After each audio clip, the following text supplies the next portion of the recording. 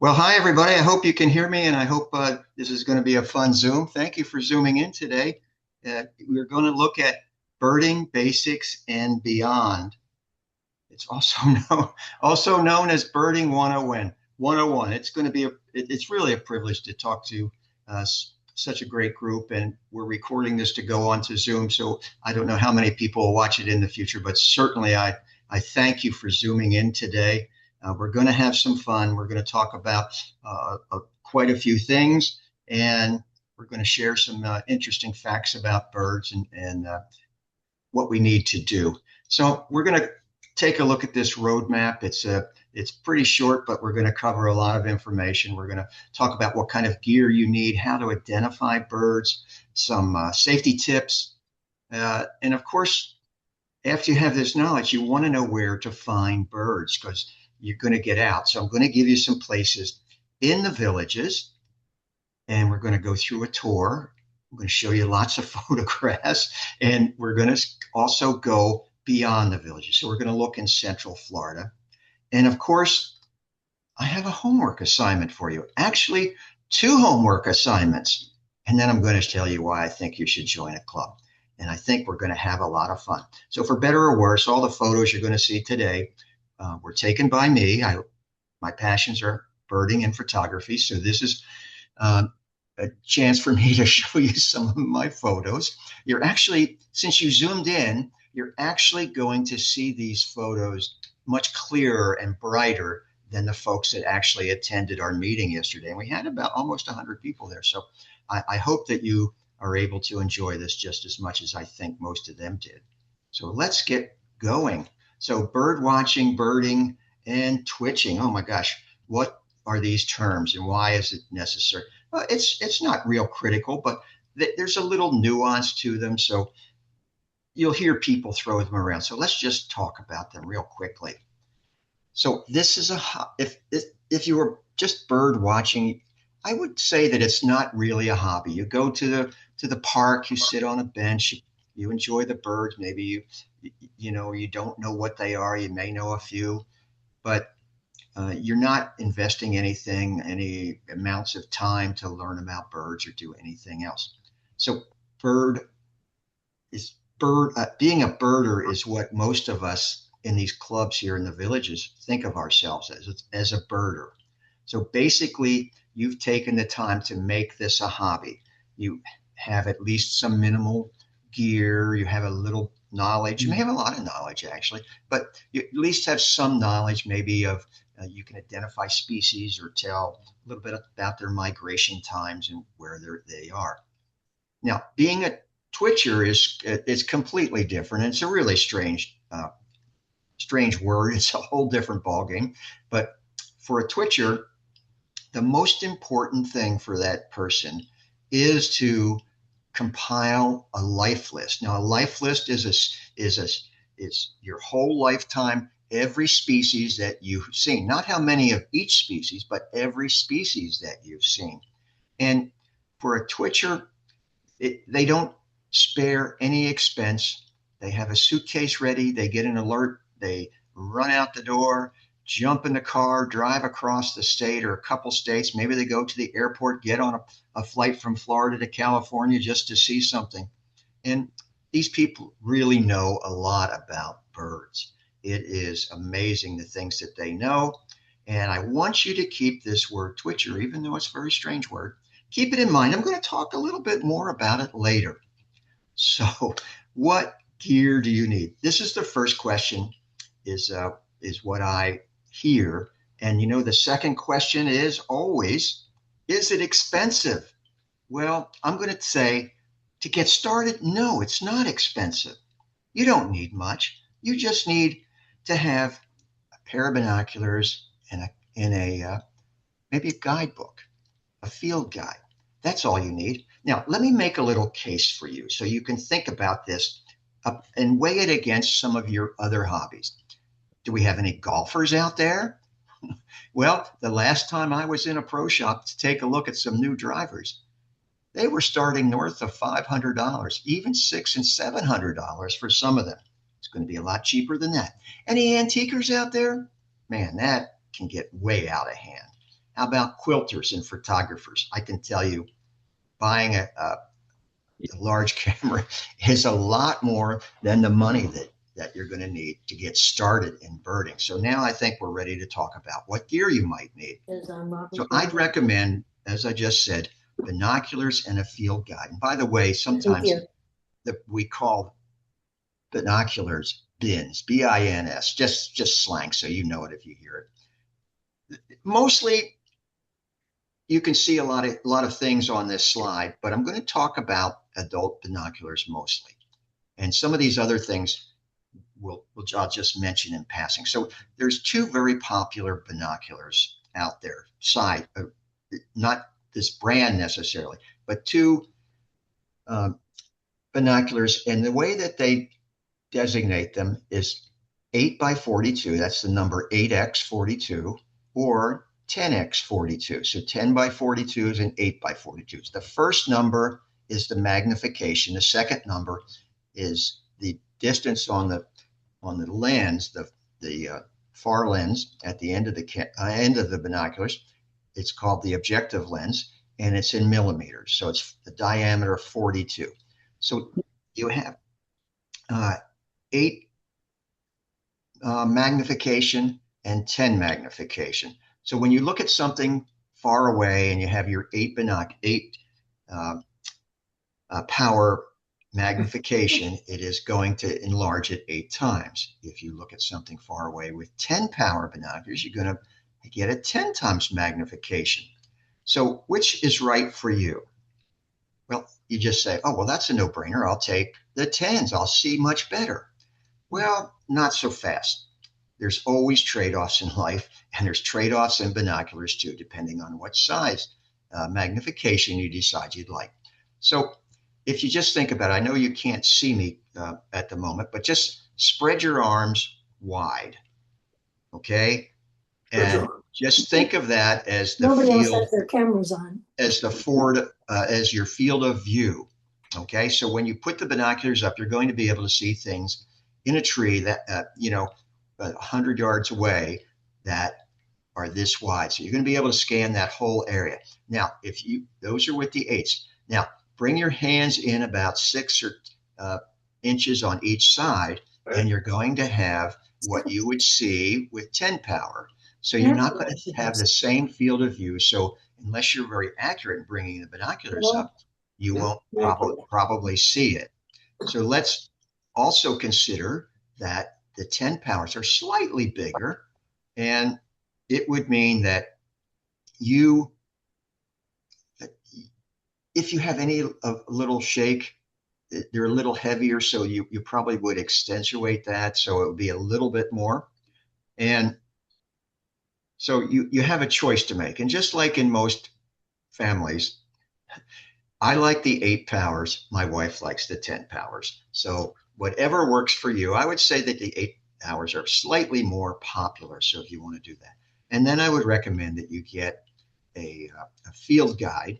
You have Peterson, Sibley, any of these you want to tuck in your pocket. We also have, if you want something very light and you're just starting in birding, sometimes it's the little birds of the villages that you see there at the bottom of the screen is a good starting point as well.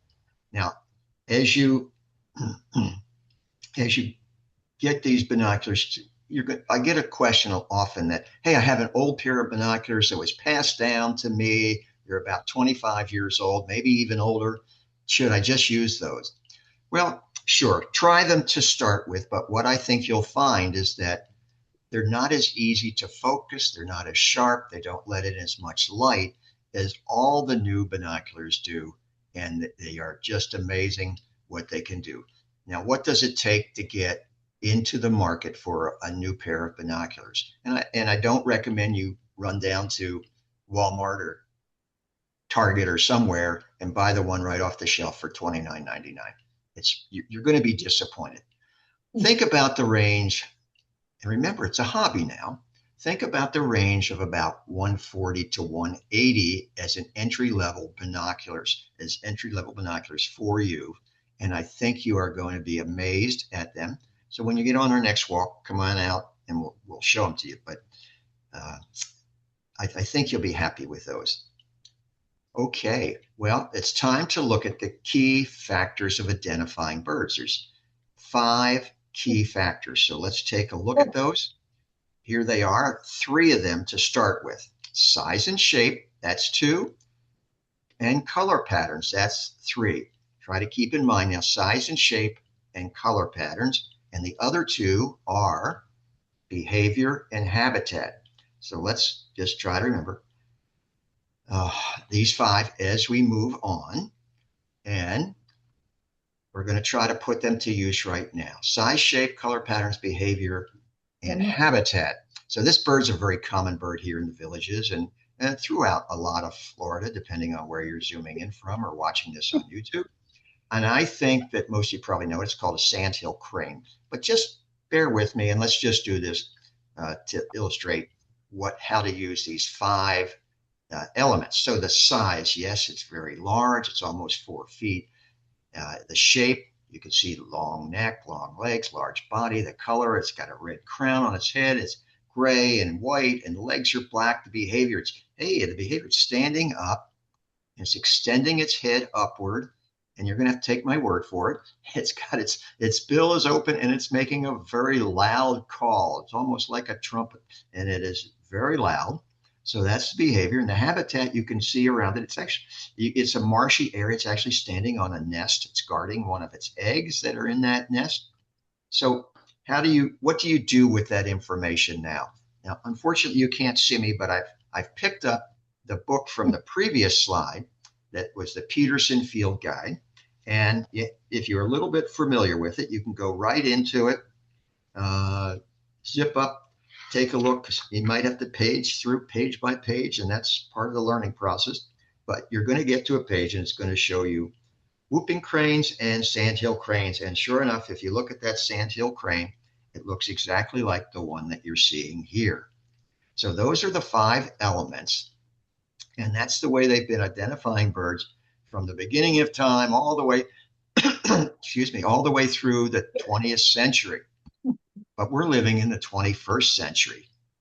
Uh-oh, what do we do now? Let's jump ahead and take a look at some magic created by the Cornell University Lab of Ornithology. It has 2 great apps, and I just can't recommend highly enough that you download these to your phone. One is called Merlin, the other is called eBird. And we're going to take a quick look at these, mostly the Merlin. And but I want you to download them. You can see here the App Store or the Google Play, and they're absolutely free. Well, now let's take a look at how 20th century, the size, shape, color, behavior, and habitat will play here for Merlin. Yes, they've taken those 5 elements and put them into the app. So they're using the same things that we used in the last century, but now it's a little bit easier for a lot of people. But let's take a look at how it's used. If you look at the one on the far left, you say, what size is it? And all you have to do is you put a little check between in the oval in the circle that you see there, and with the size of the bird. So they've given you silhouettes. From left, you see a sparrow, and then empty space. So it's something in between a sparrow and the next bird, which is a robin, which most people, somehow they know those. And then they see the next silhouette is a crow, and the next one is a goose. So there are your sizes. So the way that this was actually a shot from Cornell Labs, so they have picked in between those 2 birds. We'll go to the center piece of information. You're going to say, oh, there's the colors. Okay. So the main color, make sure you put that in. You can put in up to 3 colors. You don't have to put in every color you see, but at least 3. Then you're going to go to the right screen. It says, what was the bird doing? What's its behavior and the habitat that you're seeing? And then you decide on what you put it in. You press enter, you go to the next screen, and it's going to give you a choice of birds that are the most likely. You're going to give a picture, and it might give you several birds to look through, but it's going to let you have some identification. It's going to be that easy. It really is that easy. But it even has a different one that is extremely magical. It's called identifying bird songs and calls. So as you're out in the field, you take out your phone, you stand still in a spot, whether you hear birds or not, and you turn it on and it listens. As soon as it hears a bird, and it can distinguish between birds and dogs barking and all that kind of stuff, but it hears a bird, it shoots it up to the cloud in real time. It analyzes it and it sends you back an answer within seconds as to what that bird probably is. Now, it's not going to be right 100% of the times, but you probably can look at somewhere at least 75 to 80% of the time. And if Yeah. you stand there and you hear multiple birds calling, so will Merlin. It will pick up multiple birds. It can analyze, 3, 4, 5. I've had 10, 12, even 15 if you stand there long enough sometimes of different species. They will all pop up on your phone at the same time. It is so slick. It is great. So if you travel, it's even more essential than if you're just birding here in Florida and the villages. Now, there even has another thing that it does. It can identify photos in real time. So if you can snap it with your cell phone, great. You can send it up to the cloud and it will send back what it thinks it is, or at least it'll give you a choice of what it thinks it is. And you can scroll through till you see it. It's really very cool. Now, this is all on your phone right now, but you can also download this information on your laptop or your desktop computer, and that is what I would recommend you do. Now, we're not going to talk any in depth about eBird, but this will link with eBird. You can keep your life list in there if you like. You can also keep a life list right on Merlin, but eBird has a lot of other things that it will do for you. And I would recommend that you get both. You can explore eBird on your own with a YouTube video, or just sit down and play with it. I think you're going to get about at least half of it or more. Just that easy. It's pretty easy to do. Now, just because we're looking at these 21st century things, just remember now they're still using the same method of identifying birds. So I would recommend that you coordinate between the apps and your field guides. And I think you're going to be off to a great start in how to identify birds. Okay, let's move on. So let's identify 5 common white birds. Oh my gosh, everybody says white birds. I just moved here. All I see are white birds. How am I going to tell them apart? So, how are you going to tell them apart? I hope you said, let's use the 5 elements. But wait a minute, you have to remind me, they're all white. How am I going to apply the 5 elements? Well, let's take a look. Now, the first one is size and shape. So you can't tell the size of these birds from a photograph. So I put in there, you can see the L is the length in inches and the WS is the wingspan. Now, none of these birds have their wings out, so the wingspan is off the table. We can't use that right now. So, so look at the 2 birds on the left, the far left. They're both obviously white. If I look at the size, that one is 20 inches on the far left. The one right next to it is 38 inches. Okay, well, that's a pretty good spread. So yes, they are different. And if you see those in the field, you have a good chance at telling them apart. But remember, their necks are long. They can curl them in. So just be aware of that. But yes, the one on the right is much larger. We're going to say they're both white. I put a couple of arrows in there that you can see. The bills are both orange. The one on the far left is actually in breeding plumage, so that you can see that little orangish color on its head and its breast. But when it's not in breeding, that area is going to be all white. So it's good to take a look at that. Now let's move to the upper right corner, and that bird is 25 inches, and the 2 birds below it are both 24 inches. Okay, well, I'm going to tell you what. When you're in the field, if you can tell a 25-inch bird from a 24-inch bird, I want you on my team. Okay, it's just very difficult, particularly when they're stretching and doing other things. So let's look at a few other things here. You look at the one on the top. It has a red bill, a curve. Uh, it's curved bill. It's got reddish legs. And we're going to look at the one on the far right.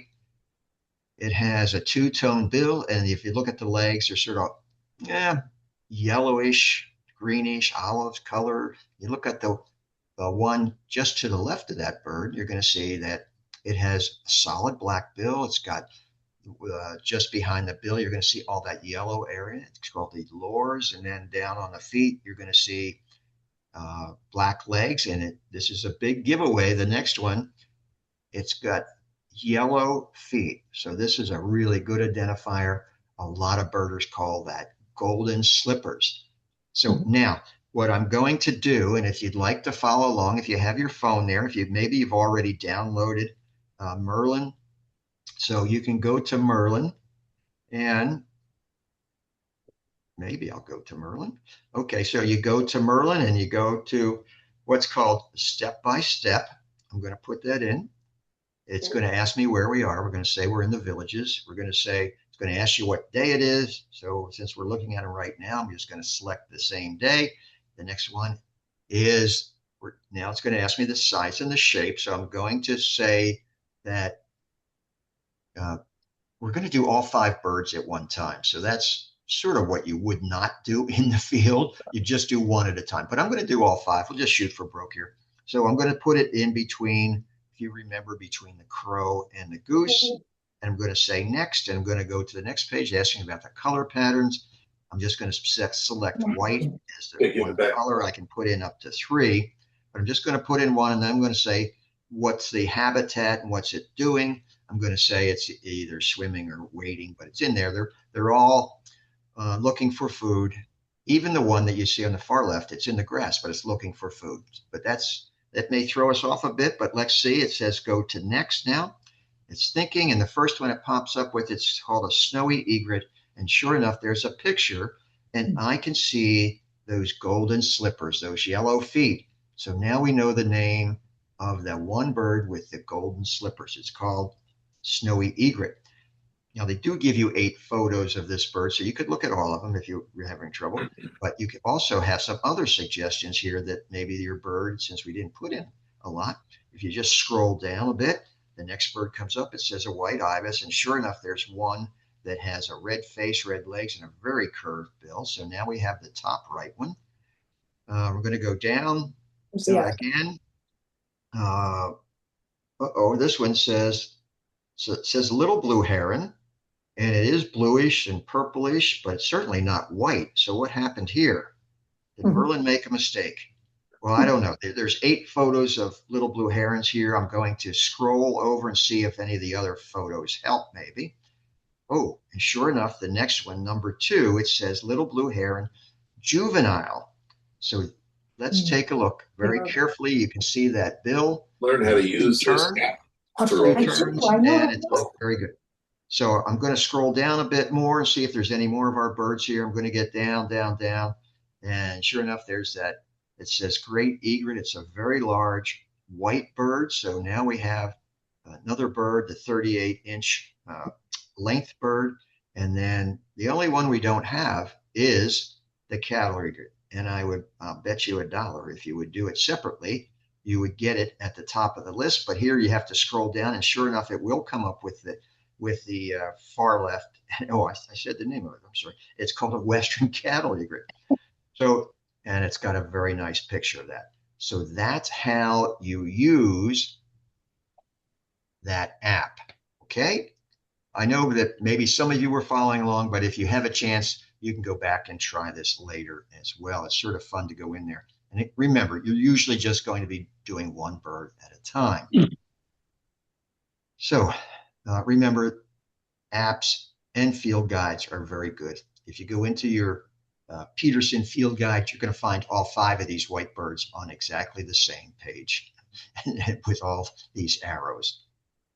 Now, where can you go to find birds? So let's go on That's our the virtual Viper. tour of the villages and start looking for some birds. So here's our itinerary. We're going to, pardon me, we're going to go through this quickly if we can, and we're going to have a lot of fun doing it. I'm going to tell you a little bit about some of the birds and the places. And at the end, I'm going to show you the top 10 spots that I enjoy in the villages. And it's getting bigger all the time. So our first stop is Lake Sumter Landing and the Wilkerson Creek Park. I think most of you know where Sumter Landing is. I don't know where that And park is. Wilkerson is nearby at 1110 Old Camp Road. It's adjacent to a children's playground there, but the Oh, I best know way where to it is. get there is just to plug Wilkerson Creek Park into your GPS, and it will pop right up for you, and you can go there. For those of you that have been around for a while, you know where the old Sonny's Barbecue is. Yeah. Go there; it's right across the street. So many beautiful species here in the villages. We are so lucky. We have 4 different types of doves here in the villages. Here's an example of 2 of them, the white-winged dove and the Eurasian collared dove. And I bet you recognize one of those boats if you've been up to Sumter Landing. They're out in the lake there, and sitting in there are 3 different species at one time: the brown pelican, a double-crested cormorant, and a ring-billed gull. Here's a few that I took probably last month up at Wilkerson Creek Park. It has many songbirds that come through there. Some of them are migrating. We also have some woodpeckers that are there. You can see that beautiful little downy woodpecker as well. It's a lot of fun. Well, seeing these pelicans reminds me of something. We get 2 types of pelicans here, but we get the American white pelicans much, much more often than we get the brown pelicans. The brown pelicans are usually out along the shorelines, but occasionally one will come over. We had a juvenile that came over a few years ago, and it reminds me of a story that I just want to share with you. I think it's important for wildlife conservation that that you hear something like this. Maybe some of you are familiar, but the brown pelicans were nearly eliminated from North America between 1950 and 1970 because of the pesticides that were entering their food chain. Real killers like Endrin and DDT. Now, what the DDT did was it would make the eggshells very, very thin, and they would break under the weight of the incubating adults. So they were really going downhill quickly. In 1970, the brown pelicans were placed on the federally endangered species list, and the other pelicans and other birds were also endangered too. Finally, Congress got their act together by 1972 and banned DDT and many of these other harmful chemicals. Now, the good news is that by 1985, the brown pelican had recovered enough to be removed from that endangered species list. And if you're as old as I am, you may even remember the Silent Spring book that caused quite an educational process for many people by Rachel Carson. It came out all the way back in 1962. So let's move on to the Sharon Rose Weechens Preserve. It's just along Moyer Loop between the Belglade Golf Course and the Atlas Canine Park. And it's a great place to go. Google Maps will get you there again if you don't know where that is. This is a beautiful place. If you get there early, you might see one of these spectacular sunrises. They have a boardwalk that goes out over a wildlife wetland, a marshy area. You get in season, they'll get all sorts of birds. They even have an observation tower, as you can see there. Now let's just take a quick look at some of the wide variety of birds you might see there: kestrels and hawks. I've been down here on walks along with the birding clubs, and in an hour and a half, we've seen over 50 different species in January. Here's a few more. These ring-necked ducks and the blue-winged teals are migrants. They come in this time of year, so you will have a chance of seeing those down there. The red-winged blackbirds are here pretty much year-round, but still a very, very beautiful bird. Here's a few that I'm thinking you probably know what they are: the northern mockingbird and the northern cardinal. Yep. And did you know that the mockingbird is a state bird of 5 states? Yes, including Florida and Arkansas in Mississippi, Tennessee, and Texas. And it used to be 6 until South Carolina changed their state bird to the Carolina wren. That's right, you got that one. Now, the cardinal is even more popular. It's the state bird with the most states in the country. It has 7 states that are its state bird: Indiana, Kentucky, North Carolina, Ohio, Virginia, West Virginia, and Illinois. So we get a lot of people from those areas. So I think you probably will remember that cardinal is your old state bird. Now you need to remember that the mockingbird is your new state bird here in Florida.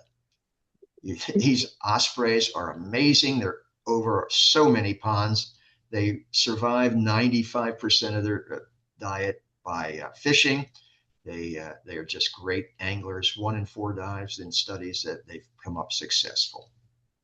The sandhill cranes, pretty much iconic here for the villages, and we get so many of them here. It's just great to see them.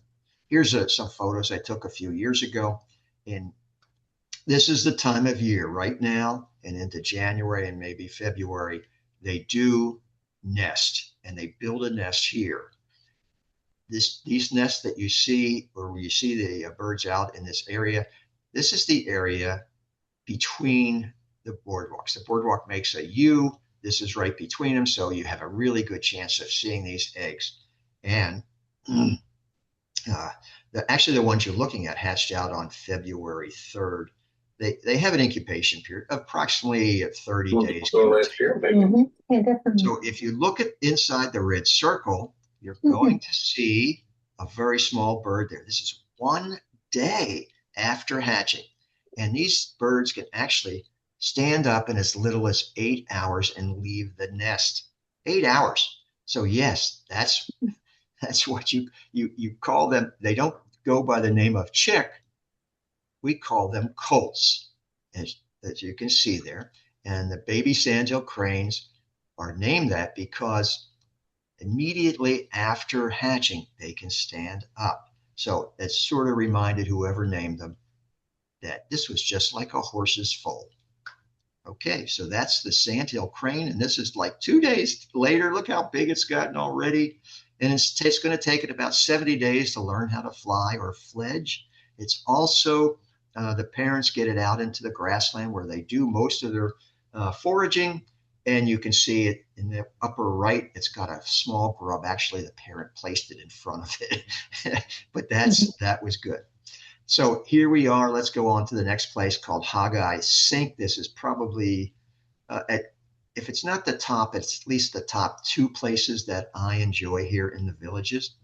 It's a 2.5 mile walk completely around the sink, but seldom, often we don't do the 2.5 mile walk. We just walk up the first side and walk back. Now, you get there by putting Edna's on the Green into your GPS. And you may even know where that is already. Or if you're really good, you can put in Cattail Rec. It's in the same parking lot area, but we start from Edna's on the Green, and I think many of you know where that is. So let's take a little bit of a look what it might look to you. You're going to see retention ponds, a lot of retention ponds on your left-hand side. You're going to see a lot of grasslands and some trees on your right-hand side. You're going to have a chance to see many different species. You're going to see wading birds in all the ponds. You might see some ducks down there. You might see some teals. You will see limpkins and loggerhead shrikes. And White was one we went to see that time. You're going to see Limpkin eating the snails. Right.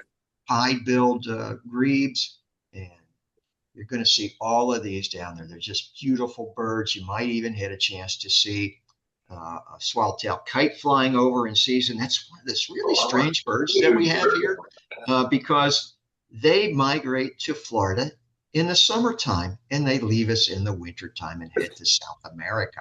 So they're not here right now, but in the spring, they'll be back. All right, so these are some of the other birds that you might see there. These roseate spoonbills are beautiful. I'm going to show you a few more later. Can you take a look at the bird in the center? That's the Wilson snipe. Can you imagine having a nose that long? It is amazing. They stick it into the mud to forage way down deep and pick out little bits of crustaceans or other things that they fly. And whistling ducks, you probably see those. This is a bird that many people are familiar with because they see it sitting up on a twig or brush, as you can see in the top right photo. It is with its wings spread out. Now, why does it spread out its wings? Okay, Why? the doesn't have the same oil glands as what a duck would have, and this is a diving bird. It dives underwater to catch its prey to eat. While it's underwater, the wings become saturated with water. The feathers do at least, and when they come up, they're pretty heavy. They jump up into these small trees or some brush where they can spread their wings and let the sun dry their wings out so they're much lighter and able to fly easier. The two anhingas on the bottom are a male. It has that blue eye ring that's showing you that is in breeding. It's in breeding season. And the one eye ring, or the one bird up at the top where you see flying is that anhinga. It's a long bird, long tail, and a long straight bill, but it has another characteristic, a behavioral characteristic that will help you identify it. Some of you know it that have been on the walks. It has a distinctive flight pattern. It spreads its wings and it gives 3 to 4 flaps, flap, flap, flap, and then it glides for 3 or 4, 5 seconds. And it's going to do flap, flap, flap again and glide. If you see that, you could count on that being an anhinga. Let's zip over to Fenny now. This is another terrific area. Fenny's in the red oval. Hogeye, where we just finished up, is up at the top of the screen in the orange oval. It's not very far away, and it is a wonderful place to go. Again, use your GPS to get there if you're unfamiliar with it. It's got an aquifer spring. It's very scenic. It bubbles up. It has a stream that runs through the middle of it. It's got a boardwalk. But when you go there, don't forget to go out. There's a shell path that will lead you out to the back of the area where you'll see a huge retention pond. And at various times of the year, the water levels go up and down quite dramatically, but you might find tons and tons of birds in here. It's a great place to look. Now, here's a little blue heron, and you saw the photo of the one on the right. That is the juvenile.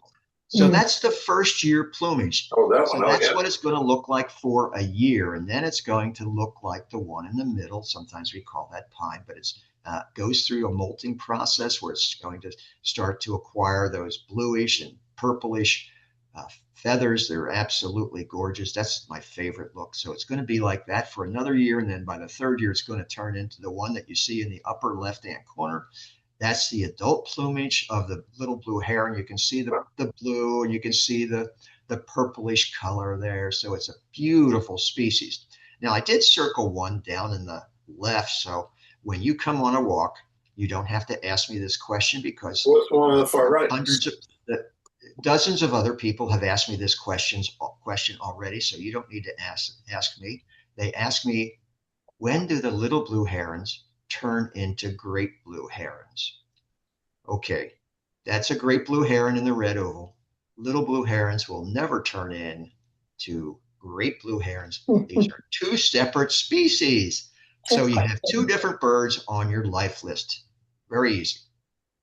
These are just phenomenal hunters. They come very close to you. They'll walk right past you. They're in hunting, concentrating. Tricolored herons are real great.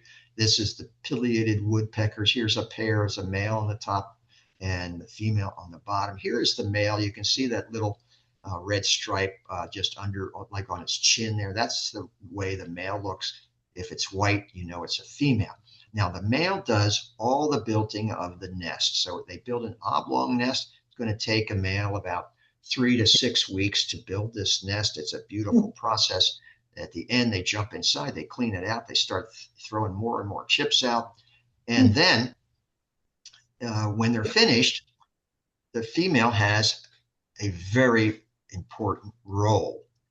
She either approves or disapproves of the nest. And if she doesn't like it, they don't use it. And apparently she didn't like this one. So a lot of work for nothing by this male. But I like the photos anyway. All right, let's jump up to one more place in the villages before we head out across Central That's where Florida. we went to the So thing. here is Springdale and Briar Meadow. It's up north by Nancy Lopez Oh, in that oh. vicinity. It has you have a really good chance of seeing uh, white pelicans there, the American white pelicans, which have just returned in quite good numbers. In our walk that we did last Tuesday, not yesterday, but the week before, we saw quite a few of them. We went up to this area. We saw quite a few pelicans there. They also, in the last, I would say at least 6 years, there has been a pair of great horned owls nesting in this vicinity, very close.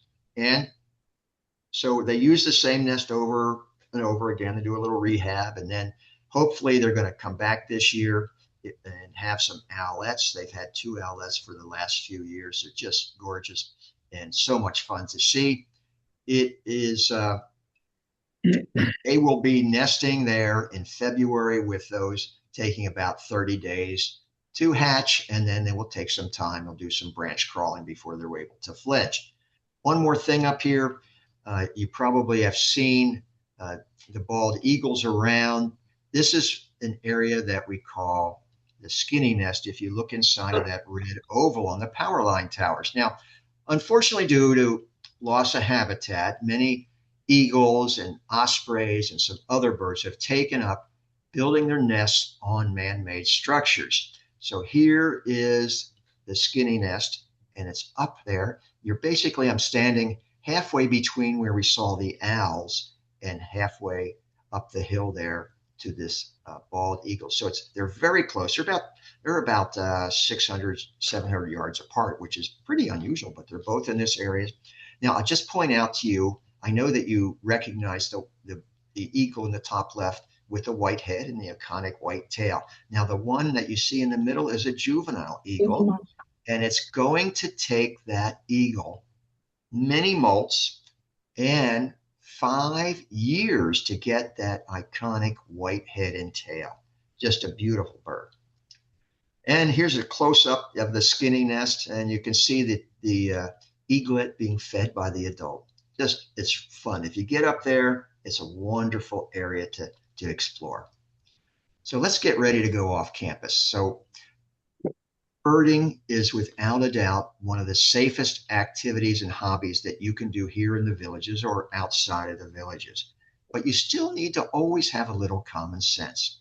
So I would recommend that when you go off campus outside of the villages, go with a friend. Go with 2 or 3, 4 friends. You're going to have more eyes to watch, but even so, if you're out on some of these very remote trails and you trip, fall, sprain your ankle, break an arm, do whatever, you could be a long time until somebody rescues you, and you don't want to spend 24 or 48 hours out there before someone is able to get in there and help you. So go with friends. Go make sure your cell phone is charged, although you'll be, down to half a bar in many areas, but make sure it's charged. Bring more water than you think you're going to need. It's Florida. It gets, well, you know how it gets. It gets hot for your newcomers. And make sure that you take some inclement weather gear and stuff like that. So you can take a look at these, but please consider it when you go. So let's take a look at some of the places beyond the villages here in Central Florida. We are so lucky to have places within a fairly short drive. We're just going to cover a few of these. We're not going to cover all of these. I'm going to give you a list of them at the end of these places. So let's get started. But our first destination is the 7-mile long Black Point Wildlife Drive on Merritt Island. It is a wonderful place. If you haven't been on a wildlife drive, go there. You drive through it in your car. You put your windows down. You get to see right and left all sorts of species. There's going to be places where you can pull off and get out and walk if you like. There'll be a parking lot where they have an observation tower. You can do that. But also, the thing that I would recommend, since it is a pretty good drive out there, it's about an hour and 3/4.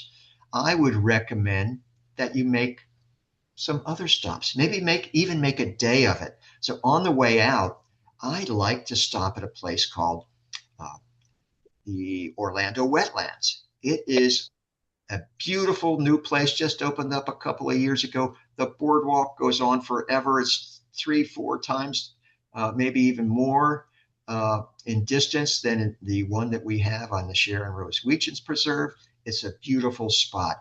And since they are launching so many rockets out there at Cape Canaveral now, that's right out there. Uh, just look up when they're going to do them. They're doing about every 3 or 4 days now. If you can get out there at that time, you're going to really enjoy that. So here's a few shots I took probably 2 or 3 months ago out at the Orlando wetlands of these glossy ibis chasing each other. Here we are on the Wildlife Drive. Roseate spoonbills in January and that time of year. I've seen as many as 50. Now, yes, we do have them here in the villages, but if you get out there, you stand a pretty good chance of seeing more, and lots of other species as well. I just love these guys, and you know, I tell people, if you're in your middle of your backswing and you see these guys at the corner of your eye, just stop and look up at them. Just beautiful birds, and I won't let you go here until you actually see why they're called spoonbills. Take a look at that incredible bill. I've never seen anything like that. And there's other, yeah, but anyway, here in Florida, it's amazing. So here we go up to Silver Spring State Park. There's 175 state parks here in Florida. This is one of my favorites. So it's only about an hour from central villages. If you're in the northern villages, it may only be a half hour, 45 minutes. It's a wonderful place to see red-headed woodpeckers. We were up there a couple of months ago. They were breeding up there again and flying around. Here's a couple that were breeding that I captured a few years ago.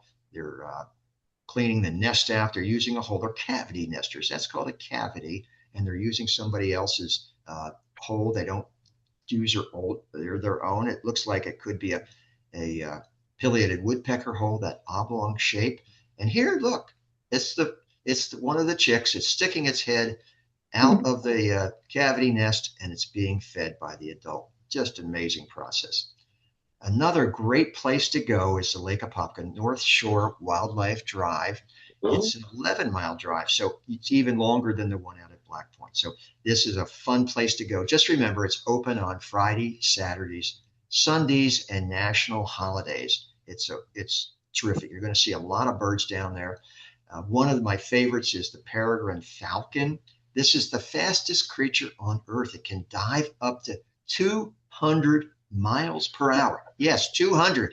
That is just incredible.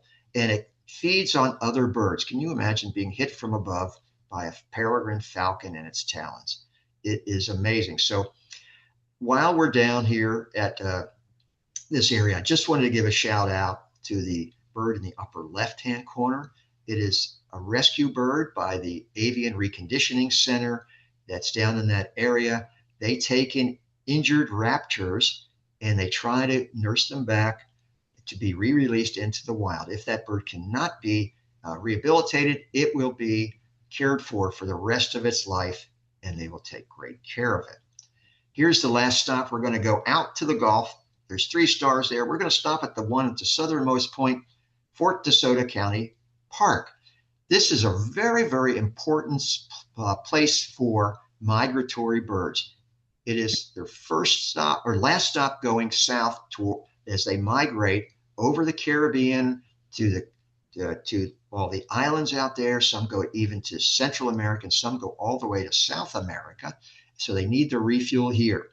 And just the same as when they come back in the spring, they do the same thing. It's a marvelous place to go and see really dozens and dozens of different species. So these are some of my favorites. I love these little guys. These are all tiny birds. There's plovers here mostly, but there's sanderlings and dunlins. So it's just so much fun to see these. And I love to get down and take photos of them. But these days, I want to make sure I have somebody to pull me back up. Let's take a look at these 2 royal terns. You can see they're in flocks out here on the beach. And in the foreground, you can see that there's 2 of them. They're sort of doing a little breeding courtship here. And the males are prone to squabble with each other when there's courtship going on. So this can lead to some aggressive behavior. And yes, this is the three's a crowd routine. So even though the second male was coming up with that little lovely fresh fish, offering it to the female, she would not care one bit about it. The males had a little bit more of a discussion, didn't make any difference. That was the end of that story. Yeah, so this is time for your homework assignments. Are you ready? I'm going to give them to you. You didn't think you were going to get through Birding 101 without some assignments. You have to have some assignments. And so here's the first one. I think you're going to have a lot of fun with it. So make some popcorn and get your favorite beverage. Put your feet up and be prepared to laugh at the movie, The Big Year. Yes, you're going to get to see some Twitchers in action. Yeah, this is The Big Year. And it stars three wonderful comedians, Steve Martin, Owen Wilson, and Jack Black. So the American Birding Association sponsors a contest called The Big Year. It starts on January 1st and ends on December 31st at midnight. And the object is for these Twitchers and anybody else who wants to join in to see how many birds you can see in this geographic area. In this case, it is the one that is most famous is for the all the continental United States and Alaska. And that is The Big Year. I make all my children watch it. I've made my grandchildren watch it. I think you'll really like it. Yeah. Take some time to do that. You can pick it up on most stations. I think it's even on Netflix now. So let's take a look at your second assignment. This one's going to be even tougher. It's called The Listers. And that's the Americanized word for, you guessed it, the Twitchers. So this movie is available. It's on YouTube. It's about an hour and a half, but it is hilarious. It's about two non-birders who decide to accept the Big Year Challenge, and off they go. It's great. Go ahead and watch that one too. So two assignments. I recommend both of them highly to you. So let's take a look at where we were today. So this is what I consider my top 10 hotspots here in the villages. They're a lot of fun. We just visited a few of them today. All of them deserve some mention. You can see many, many different birds here. And as I mentioned before, our time for new spots is really growing. It's amazing. Also, outside of the villages, beyond the villages in Central Florida, these are some of the places that I would recommend that you really go. I've had great luck at many of them, and it's a lot of fun. Now, I also said I would recommend that you. On my phone, it scrolled. Yes. Okay. If you guys could hold it down for just a second, Robert, I'm almost finished here.